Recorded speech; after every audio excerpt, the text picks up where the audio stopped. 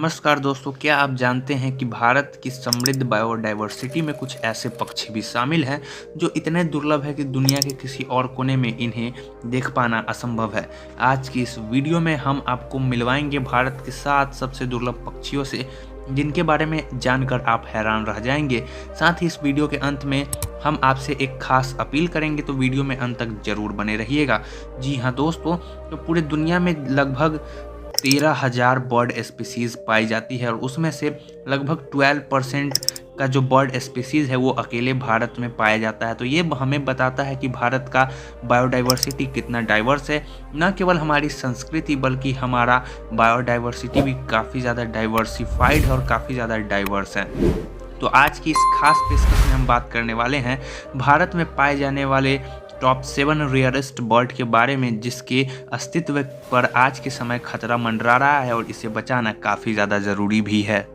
इस लिस्ट में हमने सबसे ऊपर रखा है ग्रेट इंडियन बस्टर्ड को। जी हाँ दोस्तों, आज के समय यह पक्षी अपने अस्तित्व की लड़ाई लड़ रहा है, क्योंकि यह पक्षी सिर्फ राजस्थान और गुजरात में ही पाया जाता है। और इस पक्षी से जुड़ा हुआ एक दिलचस्प बात यह है कि इसे भारतीय घास के मैदानों का प्रहरी यानी वॉचमैन भी कहा जाता है, लेकिन आज इसकी संख्या विलुप्ति की कगार पे है। दुनिया में इसकी कुल संख्या 200 से भी कम बची रह गई है और हम मानव ही इसके विलुप्ति का कारण भी हैं। अगर ये हमारे बायोडाइवर्सिटी से विलुप्त हो जाता है तो हम अपने बायोडाइवर्सिटी का एक बहुत बड़ा धरोहर को खो देंगे। तो इसको बचाना काफ़ी ज़रूरी है। उसके बाद इस लिस्ट में जो दूसरा नाम है वो है हिमालयन मोनाल का। जी हाँ दोस्तों, यह पक्षी अपने खूबसूरती की वजह से शिकारियों का प्रमुख शिकार बनता जा रहा है। हिमालयों की चोटियों पर पाया जाने वाला यह रंग बिरंगा पक्षी भारत के राष्ट्रीय पक्षी बनने का प्रबल दावेदार भी रह चुका है। यह पक्षी अपनी खूबसूरती के लिए पूरी दुनिया भर में मशहूर है। सोचिए, अगर यह प्रकृति से गायब हो जाए तो हमारी हिमालयन संस्कृति का क्या होगा। हमारे हिमालयन बायोडाइवर्सिटी को इससे काफ़ी ज़्यादा नुकसान पहुंचेगा। इसीलिए इसे बचाना हम सभी की जिम्मेदारी है और इसके विलुप्त होने का कारण है इसका लगातार हो रहा शिकार। और इसका शिकार इसलिए होता है क्योंकि देखने में काफ़ी ज़्यादा खूबसूरत लगता है।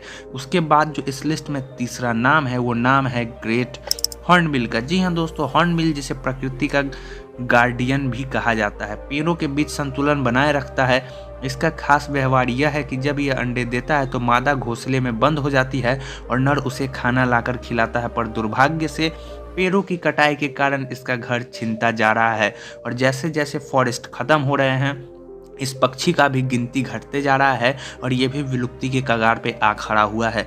इन सभी पक्षियों का विलुप्त हो जाना हमारे प्रकृति धरोहर का विनाश का सबसे बड़ा चेतावनी है। क्या इस पक्षी को बचाना हम सभी की जिम्मेदारी नहीं है? इसको बचाने के लिए हमें जंगल की कटाई कम करनी होगी और जंगल ही इस सभी का प्रमुख घर भी होता है। इस लिस्ट में हमने चौथे नंबर पे रखा है ब्लू थ्रोटेड बी ईटर। क्या आपने कभी देखा है एक ऐसा पक्षी जो उड़ते हुए कीड़ों का शिकार कर ले?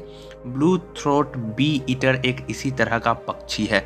जी हाँ दोस्तों, यह पक्षी आपको असम और अरुणाचल प्रदेश के जंगलों में मिलेगा, पर अफसोस इंसेक्टिसाइड्स और पेस्टिसाइड्स के बढ़ते उपयोग की वजह से इसकी जनसंख्या लगातार घटती जा रही है और जंगलों की कटाई की वजह से भी ये काफ़ी कम देखने को मिलता है और ये धीरे धीरे विलुप्ति के कगार पे आ खड़ा हुआ है। इस पक्षी को क्या आपने कभी देखा है? हमें कमेंट करके ज़रूर बताएं और हमें ये भी बताएं कि आखिर इसको किस तरीके से बचाया जा सकता है। इस लिस्ट में जो पांचवा नाम है उसका नाम है निकोबार पिजन।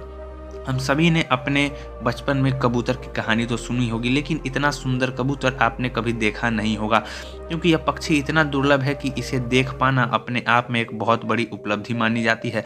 निकोबार पिजन की चमकीले पंख इसे अद्वितीय बनाते हैं, लेकिन शिकार और प्रदूषण के कारण यह विलुप्ति होने की कगार पर आ पहुंचा है और इसकी जनसंख्या काफ़ी घट गई है और इसे देख पाना ही अपने आप में काफ़ी दुर्लभ बात है। तो आप इस बात से समझ सकते हैं कि हमने कितना बड़ा धरोहर खोने के कगार पे ला दिया है और ये काफ़ी लंबे समय तक हमारे बीच नहीं रहेगा। तो इसको बचाना भी हमारी प्रथम जिम्मेदारियों में से एक है।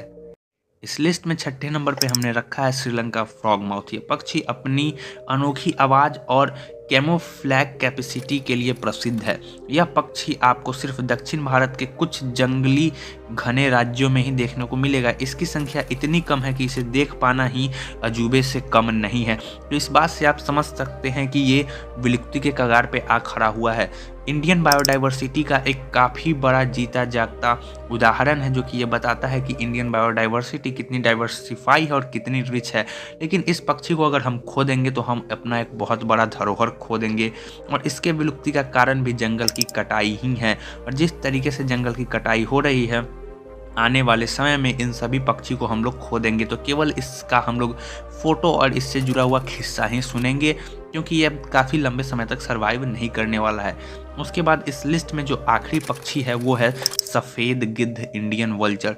सफ़ेद गिद्ध, जिसे प्रकृति का क्लीनर भी कहा जाता है, हमारे वातावरण को संतुलित रखने में ये काफ़ी मदद करता है। लेकिन क्या आप जानते हैं इसकी संख्या खत्म हो रही है। धीरे धीरे इंडियन वल्चर भी ख़त्म हो रहा है। क्या आपने ज़िंदगी में कभी भी वाइट वल्चर देखा है? आप ईमानदारी से कमेंट करके ज़रूर बताएं। पहले के समय में इसे काफ़ी ज़्यादा देखा जाता था, लेकिन अब इक्का दुक्का, वो भी बहुत ही रेयर केस में हम सभी को देखने को मिलता है। इसके ख़त्म होने का सबसे बड़ा रीज़न है इंसेक्टिसाइड, पेस्टिसाइड्स का हो रहा है यूज़, और जानवरों को लगातार दिया जा रहा है इंजेक्शन, जिससे उसका मांस खा करके ये सारे बर्ड इन्फेक्टेड होते हैं और फिर ये भी मौत का शिकार हो जाते हैं। तो आई होप कि आज की इस वीडियो में जो भी हमने आपको बताया वो आपको समझ में आया होगा। आप अगला वीडियो किस टॉपिक पे चाहते हैं ये हमें कमेंट करके ज़रूर बताएं।